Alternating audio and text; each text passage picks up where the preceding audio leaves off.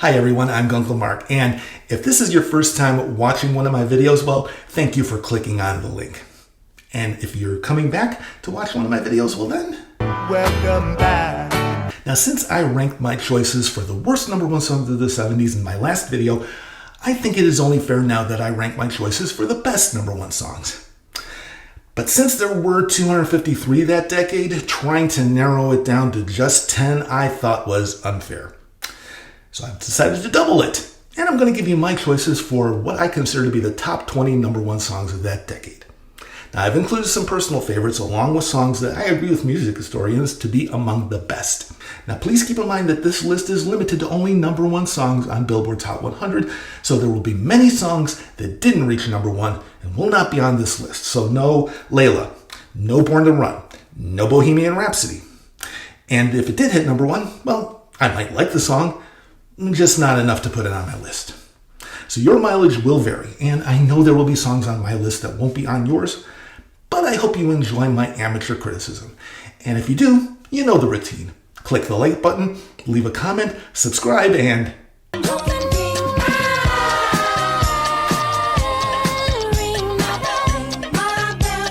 But before I begin the countdown, I want to thank all of you who did just that after my last video.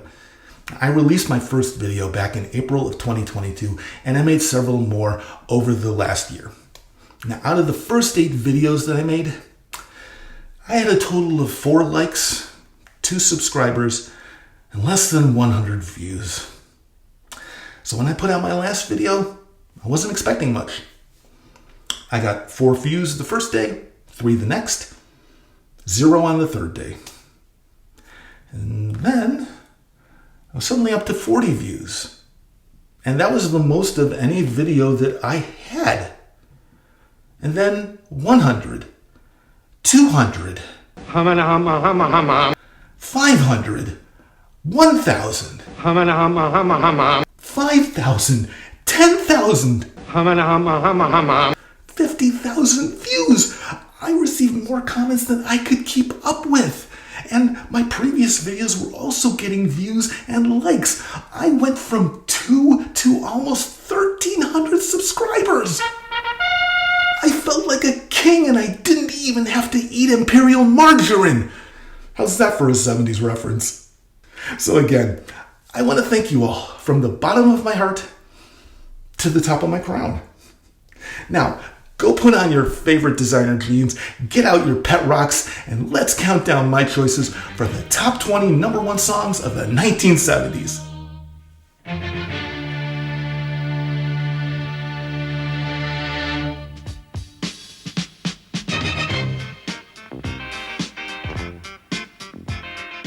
One of my favorite movies of all time, not just the 70s, is Carrie. The Stephen King horror classic can still resonate with anyone who felt like an outsider in high school, and boasts Oscar-nominated performances from Piper Laurie as the religious fanatic mother and Sissy Spacek in the title role. But years before the movie came out, there was a song about a girl who may have had supernatural powers and the way she took revenge on someone trying to abuse her. And this wasn't sung by a shock rocker like Alice Cooper or Kiss, but by someone even more terrifying. Helen Reddy. You live your life in the songs you hear on the rock and roll radio. And when a young... She hit number one earlier in the decade with the feminist battle cry, I Am Woman, and the remake of Tanya Tucker's country hit Delta Dawn, and had other top 10 hits, but this was far from her usual soft rock style. It was written by Alan O'Day, who would have his own supernatural number one with Undercover Angel. He wrote the song based on a neighbor girl he knew in his youth and thought might be mentally challenged. After showing the lyrics to his therapist, he changed Angie from being slow to possibly crazy. But this craziness may have only been a cover for a power she possessed and had trouble understanding. The lyrics hint that her power had been used previously, conjuring her lovers from the radio at will. So the evil neighbor Peeping Tom knows about this and decides he wants to have his way without realizing just what she's capable of. She's not about to let her secret be revealed, and his fate is sealed. Now, I normally don't care for supernatural themes in songs, But this twisted take is a delicious feminist revenge fantasy, and Helen's voice is excellent with just little touches of wryness and dark humor punctuating throughout. Just the way she sings, Well, tells you there's much more going on than expected under Angie's facade. I think this is one of the underrated gems of the 70s. Helen, you were a special lady. No maybe about it.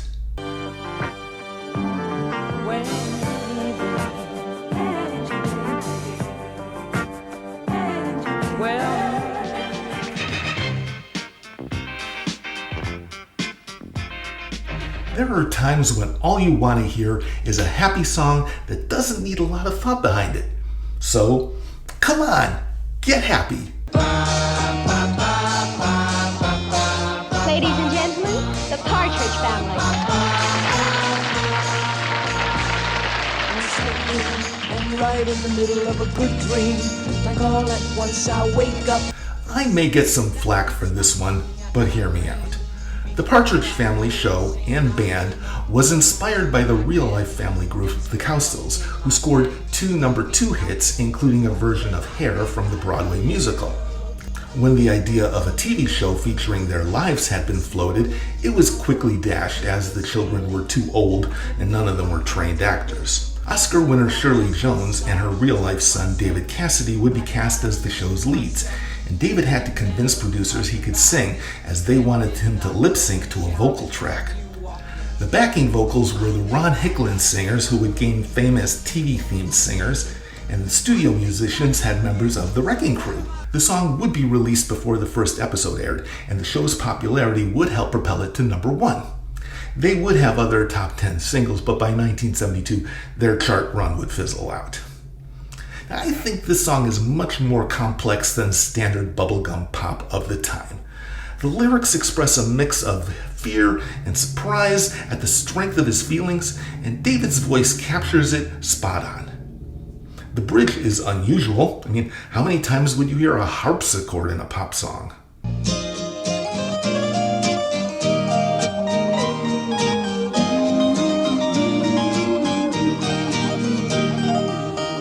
All in all, this is a well-crafted pop song, and one I will turn up in my car and belt out whenever it plays. It's just pure fun. I think I love you. I think I love you. I think I love you. I think I love you. I think I love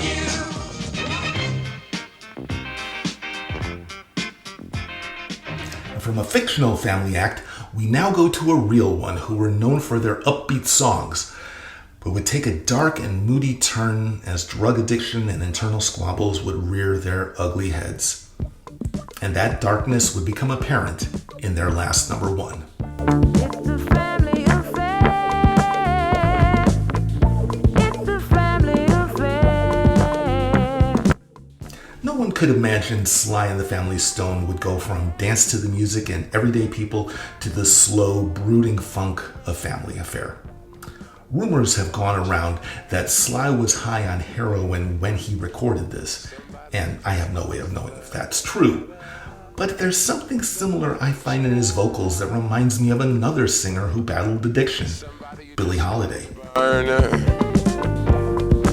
Mom loves the both of them. You see, it's in the blood. He and his sister Rose both sound as though they're half asleep and about to crash at any moment. It gives the song a strange tension, which helps emphasize the lyrics about familial issues, both blood and marital. You can't leave cause your heart is there, but you can't stay cause you've been somewhere else. You can't cry cause you look broke down, but you're crying anyway cause you're all broke down. It's a family affair. It is an uncomfortable song to listen to, and I would understand why many wouldn't want to include this on their best list. But for me, sometimes you need a little discomfort to appreciate the beauty of everything else.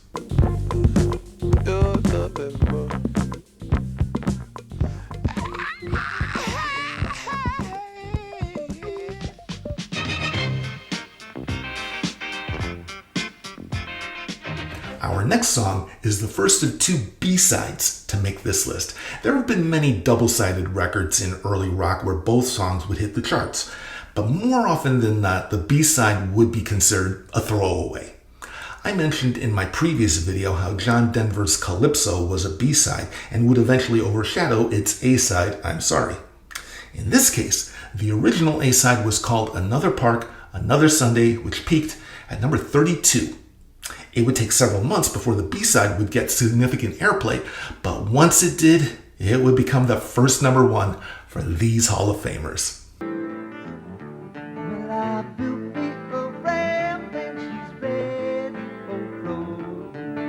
The Doobie Brothers had established themselves as blues rock stars with hits including Listen to the Music, Long Train Runnin', and China Grove. This song would have been forgotten, but a radio station in Roanoke began playing it since the nearby area was called Blackwater. It soon became a regional hit in Virginia, and record execs decided to release it as an A-side. It took a while for it to catch on nationally, but it did, and hit number one in March of 1975. Now, while their earlier songs were heavier on the rock side, this one is an intimate acoustic blues delight, sounding like something that they play at a local club instead of a big arena.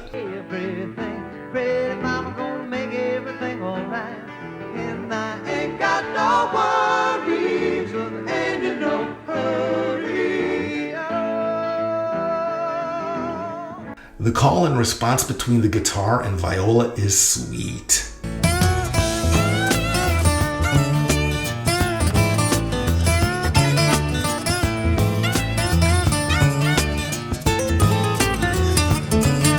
And the lyrics make you feel like you're along with them in the Delta. And then, that a cappella moment.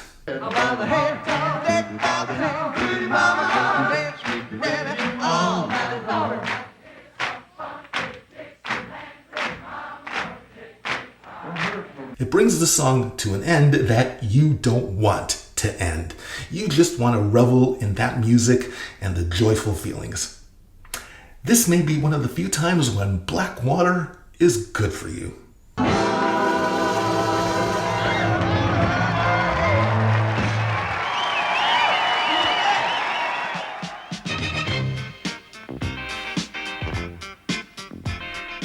Numerous acts have had their first chart hit go to number one, and some have been lucky enough to have had their first two reach the top spot. But few acts have managed to have their first four songs get there. And one of those acts is the Jackson 5. So if I have to choose one of their songs to make this list, might as well go with the one that started it all.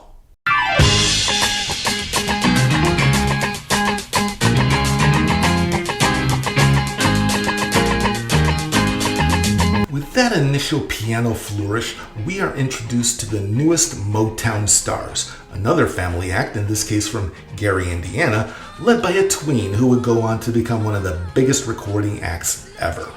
The song was originally going to be given to Gladys Knight and the Pips, and then Diana Ross to record before the Jacksons were given their chance.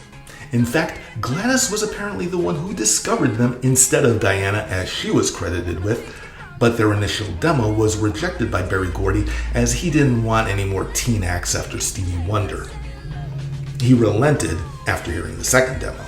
The song is simple enough, a tale of young love, rejection, and trying to make up for it. It has all the polish expected of a Motown production, with the unexpected bonus of teenage energy brimming with confidence. They'd already been performing for several years locally and had been signed to a smaller label without charting, so they knew their way around a recording studio and behind a mic. And Michael, of course, emerged as the lead and eventually the star of the act. There was no denying his talent, even though he was billed as an 8-year-old sensation when he was actually almost 11. But all of them, even with their young ages, showed they were a force to be reckoned with.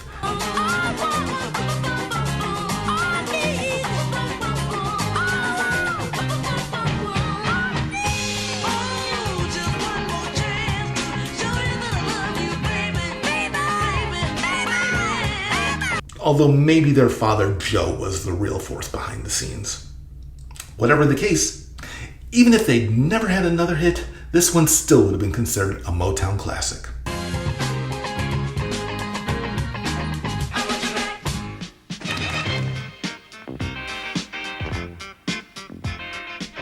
our next song has the $6 Million Man and a Charlie's Angel to thank for its existence. The song's author happened to play recreational football with Lee Majors, and one night he called him and happened to talk to his then-girlfriend, Farrah Fawcett, who mentioned that she was getting ready to take a midnight plane to Houston. And that was the original title, but we all know it today by a different name.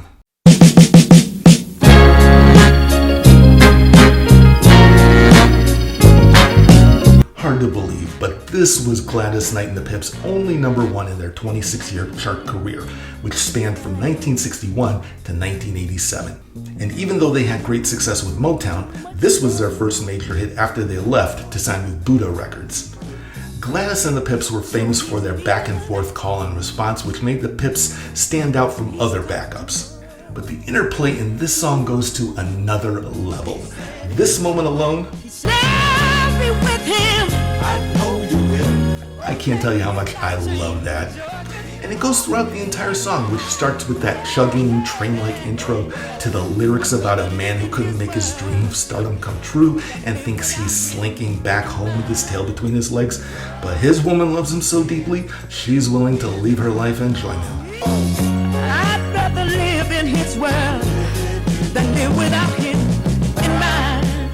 Gladys sells this with so much passion and fervor that you can't help but agree. Now, I could talk about this song all day, but I have 14 more songs, so I've got to go, I've got to go, I've got to go. Hey! My world, his world, my man, his girl. I got to go, I got to go.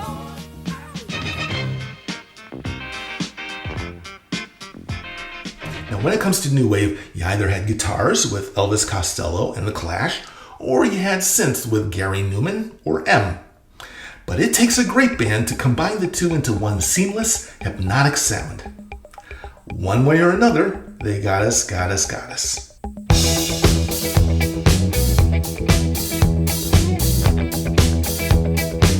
This was Blondie's first US hit, although they'd had success in the UK with Denis, Picture This, and Hanging on the Telephone. Those songs established them as early new wave icons, but when Heart of Glass came out with its disco-infused synths reminiscent of Donna Summer's I Feel Love from 2 years earlier, it delighted a new audience of dance music lovers and gave the world a new rock sex symbol in former Playboy bunny Debbie Harry. In fact, Debbie Harry had dyed her hair blonde in order to emulate Marilyn Monroe. The lyrics talk about thinking that you've found the right love only for it to fall apart, and Debbie's singing manages to feel dreamy and edgy at the same time. The work between the drums, guitars, and synth is flawless. I can't detect an offbeat in any of them.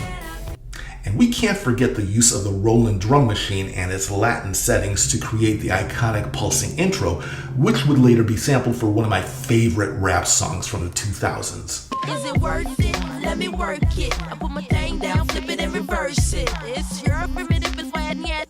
It's your primitive, it's why yet. This song has cool to the nth degree, and whether it was Studio 54 or CBGB's, this was the song that combined the best of both worlds.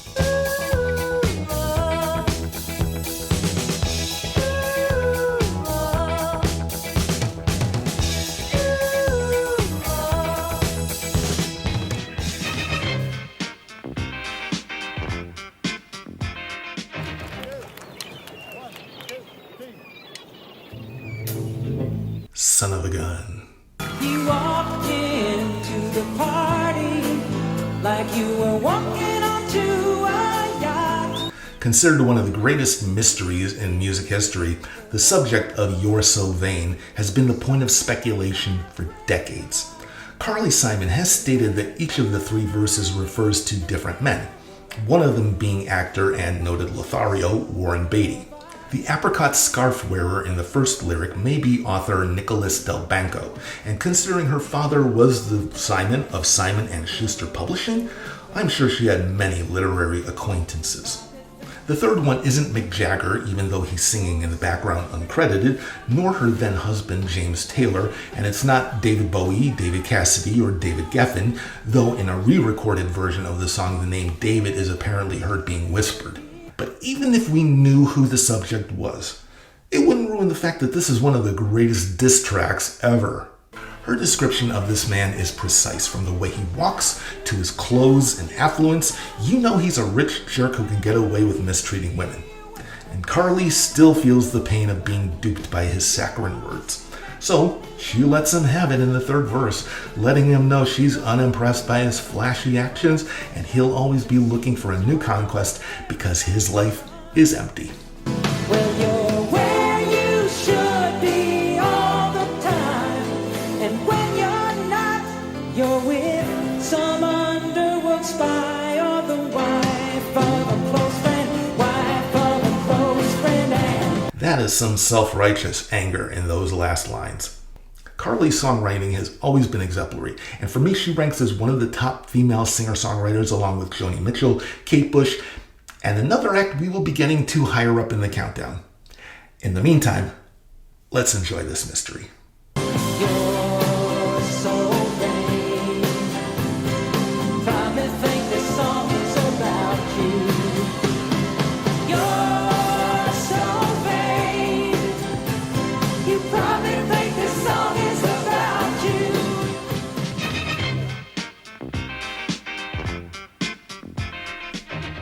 I can't skateboard to save my life, but I do like cranberry juice. Okay, I know it's cran raspberry. This is what I have in the house. Now there you go again. You say you want your freedom. Dreams seems like a song that will stay timeless. There aren't any artificial effects to make the sound dated. It's classic guitars, keyboards, and drums.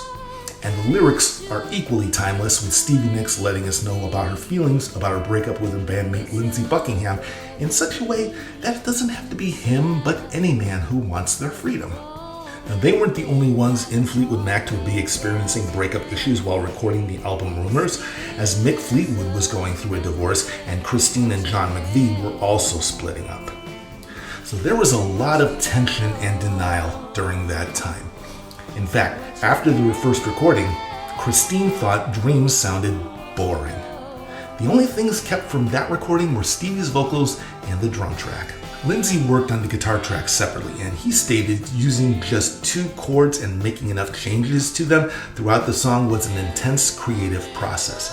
Considering he was also working on a song written by his ex, there was likely some added pressure to make it sound perfect.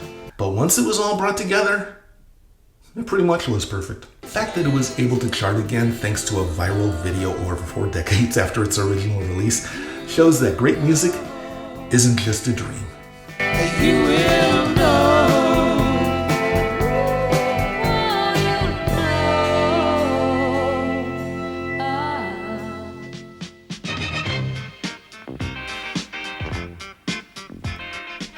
I am a sucker for a great work song, whether it's a song directly related to a job or even tangential. These songs usually have an energy to them that's infectious, because who wants to hear a droning and boring song about a droning and boring profession? Even the most mundane menial tasks can take on new life with a great song. And I would argue few jobs may be more mundane than wiping off wet Hondas and Hyundais. But who wouldn't want to work here? Ooh, you might not ever get rich, but let me tell you, it's better than digging a ditch. This is the theme to a movie of the same name, a slice-of-life comedy set at a Los Angeles car wash that featured George Carlin, Richard Pryor, Danny DeVito, and Huggy Bear. Honey, I am more man than you'll ever be, and more woman than you'll ever get.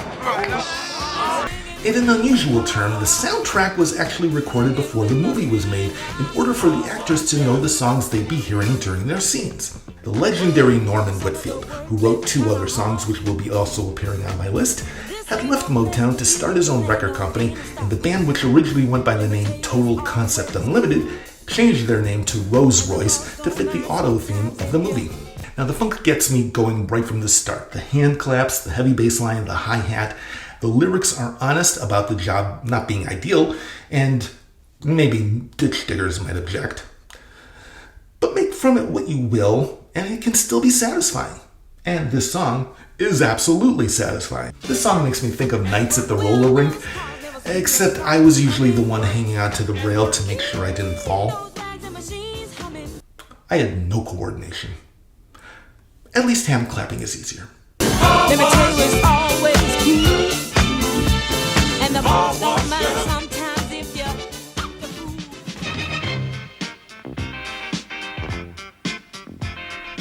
The Beatles had 2 number ones in the 70s, and after their breakup, all 4 of them managed to have at least one number 1 on the charts. And I do have a Beatles song on my list, and a Beatle appears on it, but only as a backup singer. Picture yourself in a boat on a river. Elton John has stated he believed that Lucy in the Sky with Diamonds was one of the best songs ever written. He had appeared as a background vocalist on John Lennon's Whatever Gets You Through the Night, and John returned the favor, appearing on the record as Dr. Winston O'Boogie. And although there were many rumors about the title referring to LSD, the song was inspired by a drawing made by his son Julian of a preschool classmate named Lucy in the Sky with Diamonds. The actual drawing is now owned by Dave Gilmour of Pink Floyd. John used imagery inspired by psychedelia in Alice in Wonderland for the lyrics, and it was recorded on the classic Sgt. Pepper album. Elton takes the song and expands on it with updated recording techniques to give it a fuller sound. He gives it a bridge, which was never included in the original, and even slows down the tempo slightly, which allows him to really emote the song and gives it an unexpectedly soulful feeling. I think the drumming is better than the original, and the aforementioned organ in the bridge one-ups the sense of otherworldliness.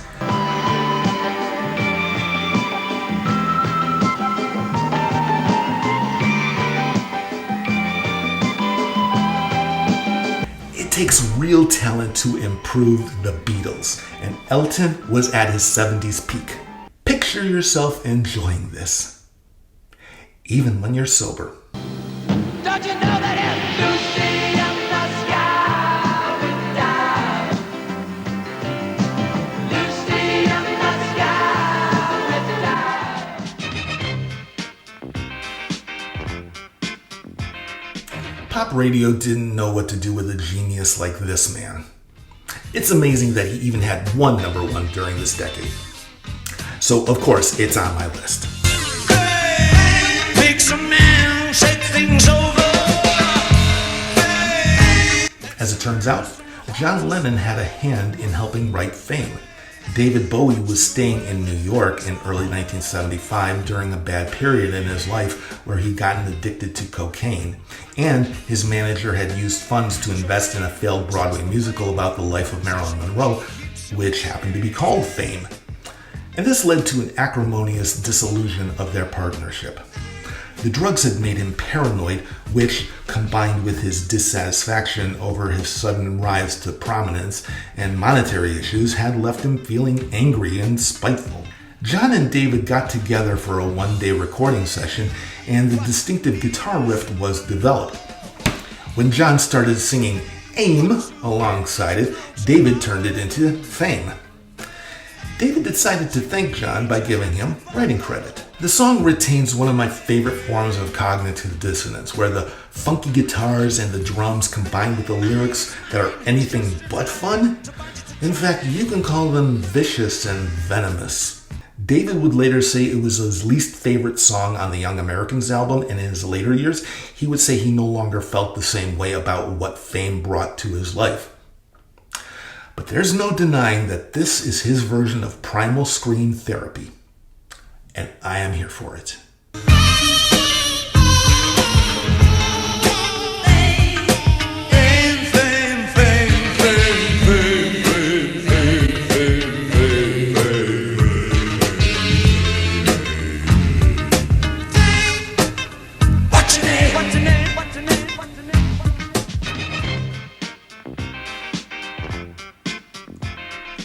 We now come to our second B-side that became a number 1 hit, and it turns out the original A-side never even got into the top 100, peaking at number 107 on the Bubbling Under chart.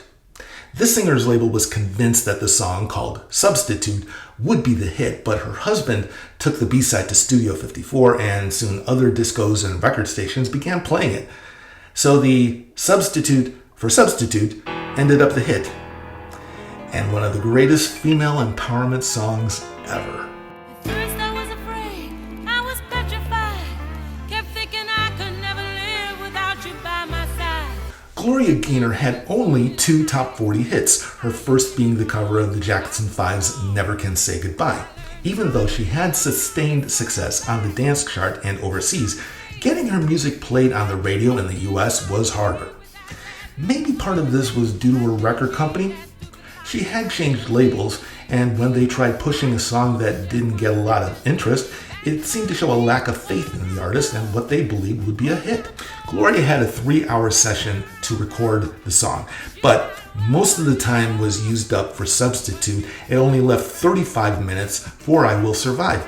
So a lot of the backing track ended up improvised because there wasn't any expectation for the song.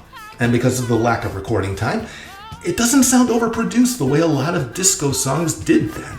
The lyrics about a man trying to walk back into his woman's life after she got the courage to leave him and her fierce standing her ground that she'll never take him back are direct and effective. It strikes a chord with anyone who has turned their back on a relationship with an emotional abuser, and has been remade numerous times even by alternative band Cake. And when a song from this decade can still be considered relevant, there's only one thing you can say about it. It will survive.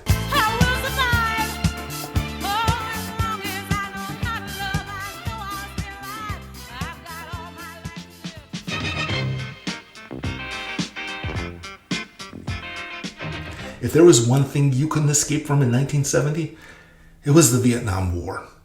Not only was the conflict killing U.S. soldiers overseas, it was killing protesters at Kent State in May. In June, a song would be released that would channel the anger and frustration that spilled from the streets and sum it up into one succinct phrase. Yeah. What is it good for? Absolutely nothing. Norman Whitfield originally wrote this song for the Temptations, who recorded it on their Psychedelic Shack album. But even though it proved to be popular with the anti-war crowd, Motown didn't want to alienate the group's more conservative fans and decided not to release it. A compromise was made to have a second string act record the song, and when Edwin Starr, who at that point had only one top 10 hit with 25 Miles, heard about this, he decided to volunteer to re-record it. The production was amped up to match Edwin's powerful voice, and Edwin let him have it. Boys cause them rest within the younger generation. Induction, then destruction. Who wants to die? Edwin would be nominated for a Grammy for Best Male R&B Performance the next year, but he would lose to B.B. King for The Thrill Is Gone. Well, if you're going to lose with this performance, at least it's to a legend. His vocals send shivers through me. There is so much self-righteous anger packed into these gospel-style shouts. And the lyrics make no bones about the effects of war on those who fight in it, and also those who have loved ones who have lost their lives.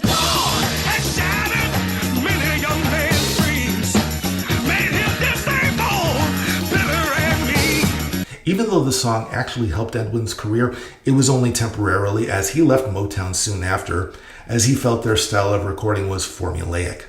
He had a brief resurgence during disco's heyday with Contact and Happy Radio, both reaching top 10 in the UK in the late 70s. I'm just glad Paul Bearer didn't try to rename Kane as War and claim he was friend only to The Undertaker. That would have been awkward. Wow! God, y'all. What is it good for? You tell me. Say it, say it, say it, say it. Wow.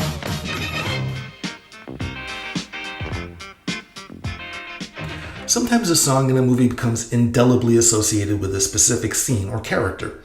You think of Rocky Balboa's training sequence to Gonna Fly Now, or Johnny lifting baby to The Time of My Life. And when you first hear the funky strains of this, tell me you're not seeing Tony Manero strutting down a New York street swinging a paint can. Well, you can tell by the way I use my walk, I'm a woman's man, no time to talk. Even though the Bee Gees were known for their ballads and had constant chart hits in the US starting in 1967, when they added disco to their repertoire in the mid-70s, it gave them a new audience and even more success. Barry started using falsetto for these songs and it soon became his signature. What surprises me about this is how macho he can still sound while keeping his falsetto going throughout the song. Furthermore, while Frankie Valli or Morton Harkett from a-ha could hit high notes, they couldn't sustain their falsettos for an entire song the way Barry Gibb could. But it's not just his incredible vocal skill that helps make the song a classic. The simple chorus is something most of us experience at some point in our lives, making it feel universal.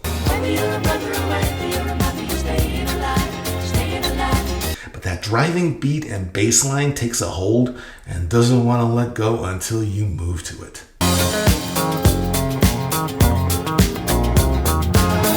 In fact, the drum loop was sampled from an earlier recording of Night Fever because their regular drummer had to leave the recording sessions after his mother died, and they couldn't find an adequate replacement.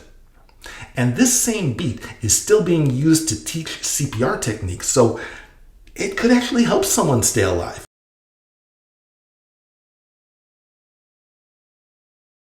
Or maybe not.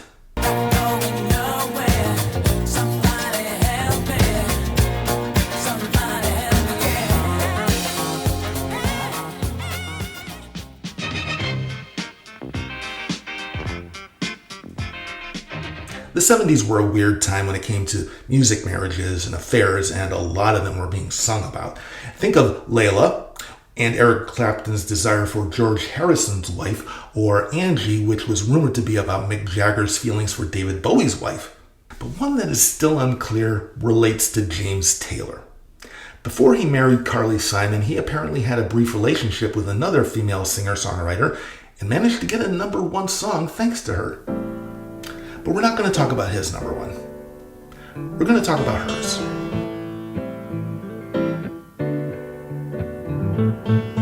Stayed in bed all morning just to pass the time. If I was to try to talk about Carole King's incredible songwriting career, I could be here all day. Will You Still Love Me Tomorrow, The Locomotion, You Make Me Feel Like a Natural Woman, the aforementioned You Got a Friend. That's just the tip of the iceberg. Most of those classics were penned with her then-husband Jerry Goffin, whom she divorced in 1968. Her brief time with Taylor occurred soon after, before her second marriage in 1970, although she stated they never dated and have stayed friends ever since. She has credited him with helping her overcome her stage fright performing before a live audience. So it's unclear whether Taylor or Goffin may be the subject of the song, or if she had someone specific in mind. What is clear is the brutal honesty about drifting apart from someone you once had romantic feelings for. The lyrics are spare, with no flowery embellishments, and the arrangements are similarly stark and toned down. Although the bridge does have jazzy elements from the guitar and sax, those are kept mellow to complement Carole's slightly rough voice and effortless piano.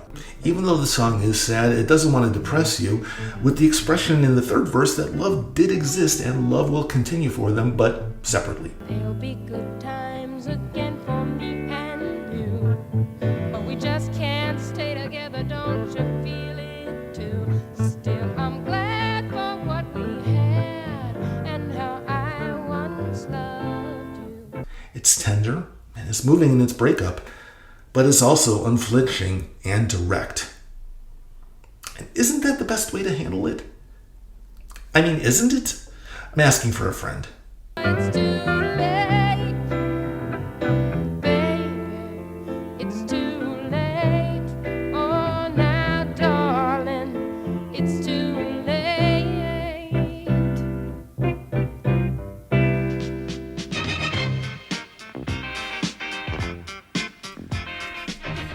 Yuppies. They weren't the bane of existence in the early to mid-80s, but it sure seemed like it. In pop culture, you'd find them featured in novels such as Less Than Zero or Bright Lights Big City, or in movies such as Wall Street, or on TV with 30-something and Alex P. Keaton. But yuppies and their lifestyles of the rich and famous attitudes had a predecessor in a song that celebrated ostentatious displays of wealth, while at the same time slyly mocking them. And it did so to a stylish groove that became legendary.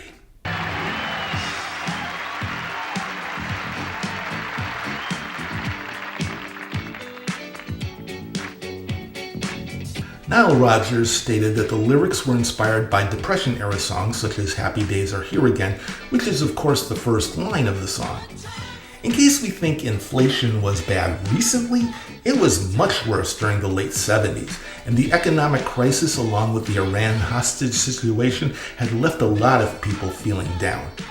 And in the same way that Depression-era songs such as Pennies from Heaven would take the people's minds off of situations for a bit, so did a lot of disco hits. But the lyrics to Good Times straddle a fine line between mindless fun and sarcasm. The direction the harmonies take make them sound disinterested and blasé about their lives, as though they're trying to convince themselves, as well as us, that things are fine. Must put an end to the stress and strife. I think I want to live the sporty life. Good times. The music also hits a fine line with relaxed bass punctuated by sharp, tense violin notes.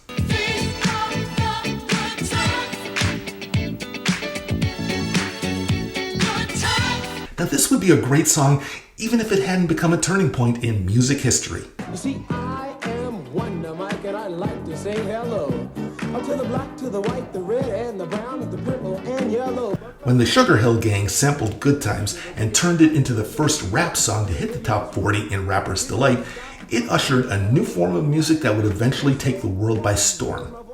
Now, at first, Nile and Bernard Edwards threatened to sue for copyright infringement, but eventually settled and were added to the song as co-writers, thereby creating a new standard where sampled music would be credited for songwriting on any new song. Good Times has now been sampled on over 200 songs, far from the most. But if it hadn't been for that funky jam, it may have taken a couple more years for rap to hit the scene. And even though Nile is in the Rock and Roll Hall of Fame, Chic still isn't, even though they've had 11 nominations. To borrow a line from a different Good Times, Damn, damn, damn!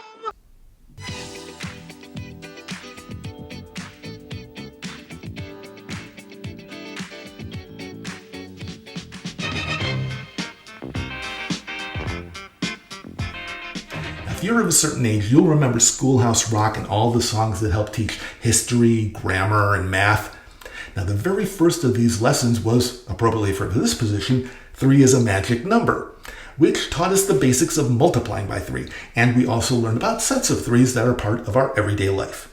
Now, in a way, I am glad they called it a magic number instead of a lucky one, because to associate this song with a lucky number would be a little too ironic, don't you think? Very superstitious. Writings on the wall. The late great Jeff Beck, one of rock's premier guitarists, appeared on Stevie's album Talking Book, and Stevie in turn agreed to write a song for Jeff for his upcoming album, which would end up being Superstition. Now, in another ironic twist, Jeff had a hand in the song, but in creating the opening drum beats. In fact, there is no guitar at all on Stevie's version. Every note you think is guitar comes from either a Moog synthesizer or from the clavinet, which Stevie helped popularize. And if you don't know what a clavinet is, think of an electronic harpsichord. Now, it's hard to think of a Baroque instrument like that being remade into one of the funkiest sounds in the world. There you go. Speaking of funky, the horns playing consist of only one trumpet and saxophone, even though it sounds like Tower of Power joined in.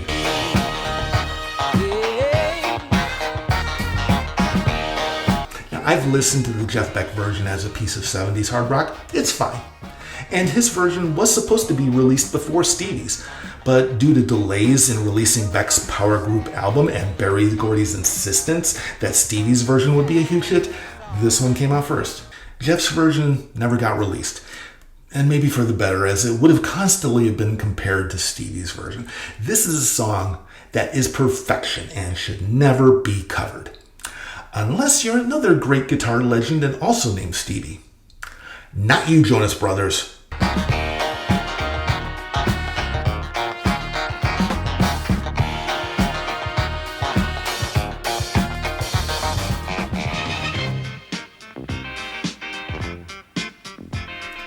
If there is a style of song that is absolutely 70s, it's the story song.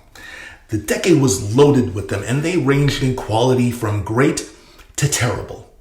And for those of you who mentioned Timothy and Run Joey Run in the comments of my last video, thank you for the nightmares. However, when it comes to my choice for the best story song, it's a song that sounds like it could have been the theme for an Oscar-nominated film about a group of sons trying to piece together the life of their late father after he abandoned their family. It was the 3rd of September, the day I'll always remember. This is the third Norman Whitfield song, and his work with the Temptations goes back to the mid-60s after Smokey Robinson was dismissed as their lead songwriter. Although he wrote for other Motown acts, his hit for the Temps included I Wish It Would Rain, I Can't Get Next to You, Psychedelic Shack, and Just My Imagination, many of them in collaboration with Barrett Strong. This would be the last #1 hit for the Temptations, and I believe it is their greatest song. The single was almost 7 minutes and the album track 12. This was at the high point of what was called cinematic soul, with songs such as Isaac Hayes' theme from Shaft and Curtis Mayfield's Superfly hitting the charts. Now you can hear this in the first instrumental minutes, similar to Shaft. The Detroit Symphony Orchestra contributed to the instrumentation, most notably their string section, which also helps give the song this movie score quality. The incredible trumpet work of Maurice Davis can't be stressed enough. It gives me, as the kids say, the feels.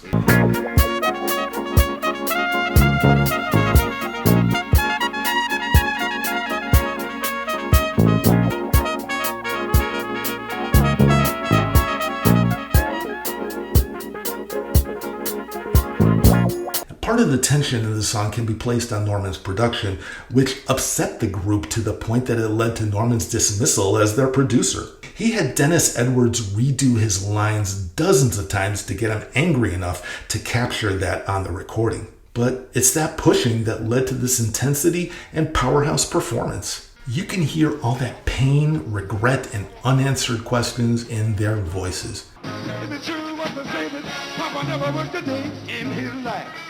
And Mama says the man don't go around town saying Papa had 3 outside doing another one. That ain't right. Talk about saving souls and all the time to meet you. Stealing in the name of the Lord. Hey Mama, I heard Papa call himself a jack of all trades. Tell me that was it Papa to an early grade. Folks say Papa would beg Barbara Steele. Pay his bills.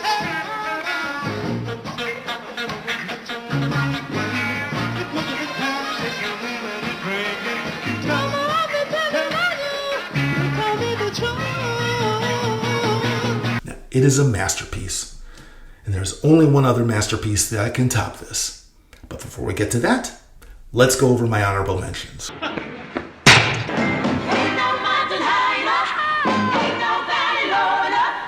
Now this misses out as there is as much spoken as sung, and I think the background vocalists are doing more of the heavy work. But if you want a diva moment that takes you from star to superstar, this is the song.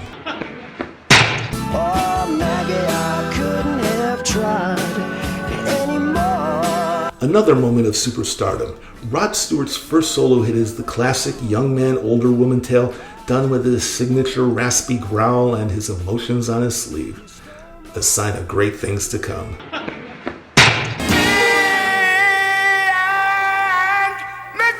Mrs. Jones. Billy Paul's voice is so full of longing and remorse for his actions.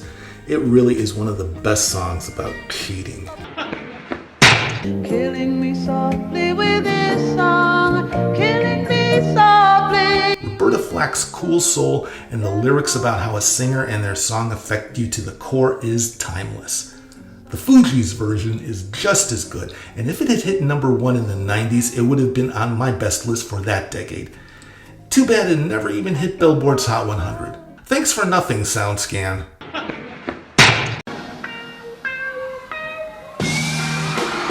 been really trying, baby. 9 months after this hit #1, there had to have been a baby boom. The 70s had some truly sexy songs, but damn! Dog lady laughed and danced and lit the candles one by one. I know some of you will disagree, but I love a good song about murder, and this is pure camp drama with Cher giving her best Elvis impersonation. And I've sung this at karaoke. That's a plus in my book.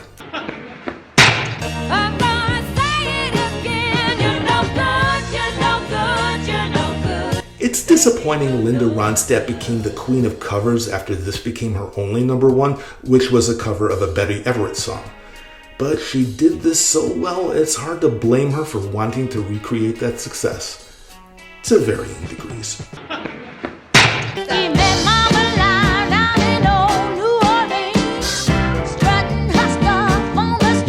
There were lots of songs about prostitution in the 70s, and I could have had Donna Summer's Bad Girls instead of this, but Patti LaBelle kills this. And I performed this one at karaoke too. Voulez-vous coucher avec moi? Mais oui. Like a rhinestone cowboy. Glenn Campbell is one of the greatest country artists ever, and even though he didn't write this song, he puts his heart into it so deeply, you'd think he was singing about his career and how much he's overcome to get where he got.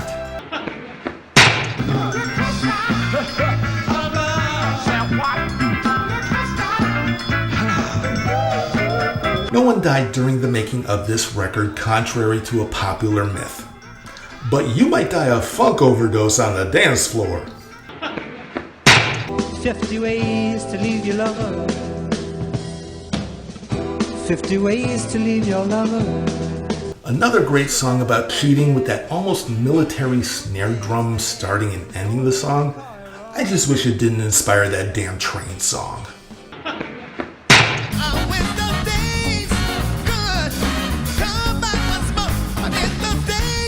More Stevie Wonder excellence, this time reminiscing about his youth and the wrong things he did. And even though I was normally a good Catholic boy, there were times when I spent a dime meant for the church's collection and I went to the corner bar and put it in the jukebox to hear my favorite songs. I was such a rebel back then.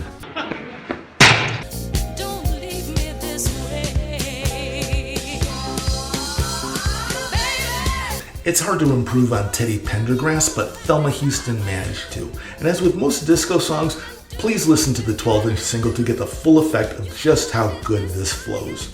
Welcome to the Hotel California.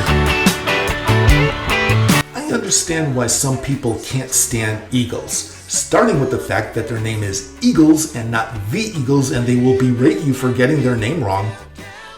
But I think this is their best song, and even if the lyrics are pretentious, you can't deny that guitar solo at the end is one of the greatest ever put to record. Remember the glory days of soap operas? Remember Luke and Laura? Remember the music playing when he seduced her? And I can't have you. You don't belong in my world, I don't belong in yours. Look what you've done to me.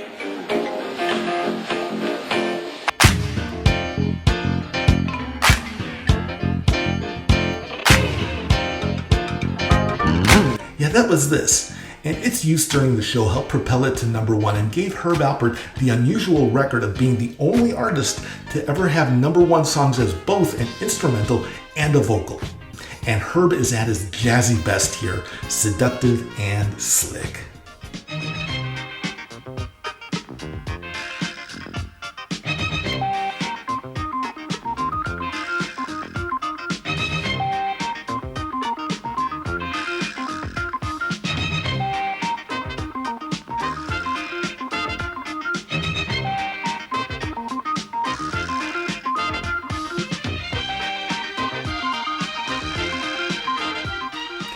As I have stated previously, and as you can see by a good number of my choices, I love 70s soul music. But my choice for the best number one of the 70s is soulful in a different way. Maybe more spiritual, inspirational. I consider it one of the most beautiful songs ever made. Not just for the production or the lyrics, but for the full sentiment behind it. Because haven't we all been at a point in our lives when we've been at such a low that we weren't sure how we were going to overcome? Whether it's the loss of a loved one, a breakup of a relationship, or just overwhelming depression. We've all wanted to have someone to turn to. A family member, a trusted friend, a professional, or a higher power if you believe in one. An ear to bend, a shoulder to cry on. And this song reassures us that no matter how bleak things may seem, there is someone sailing right behind. When you're weary, feeling small.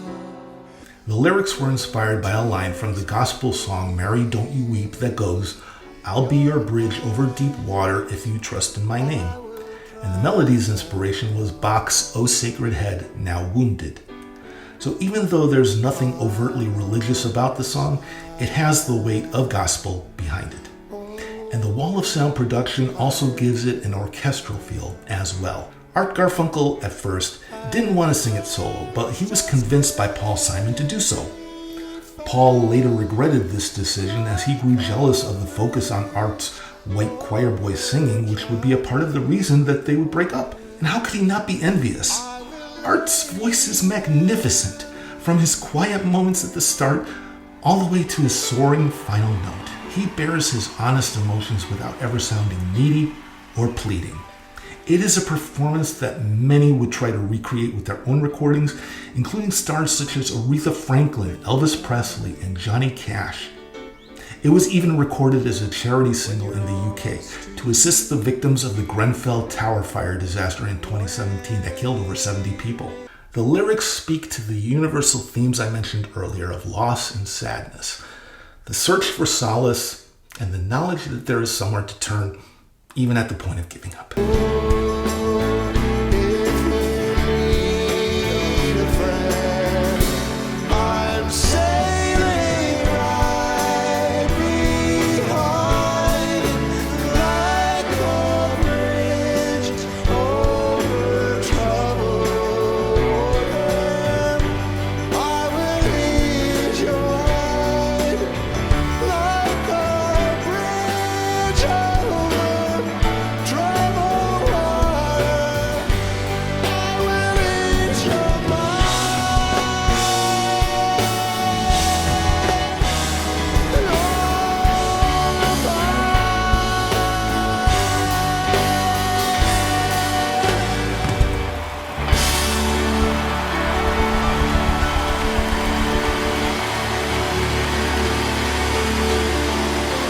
It is a song of hope and selflessness without sacrifice, and it can move me to tears at any moment, as you can see. And when I decided to create this list, it was always going to be my choice as the best #1 song of the 70s. I know this was a long list to go through, and I appreciate you staying all the way to the end. If you enjoyed this, please hit the like button and leave a comment. Don't forget to ring the bell for future notifications, and please subscribe to my channel. My plan is to create new videos every 6 to 8 weeks, depending on the subject matter and length. Now, I don't have a Patreon at this time. It may be one day in the future, and I'll let you know if and when that day comes. In the meantime, I am Guncle Mark, and I hope you all have a great rest of your day.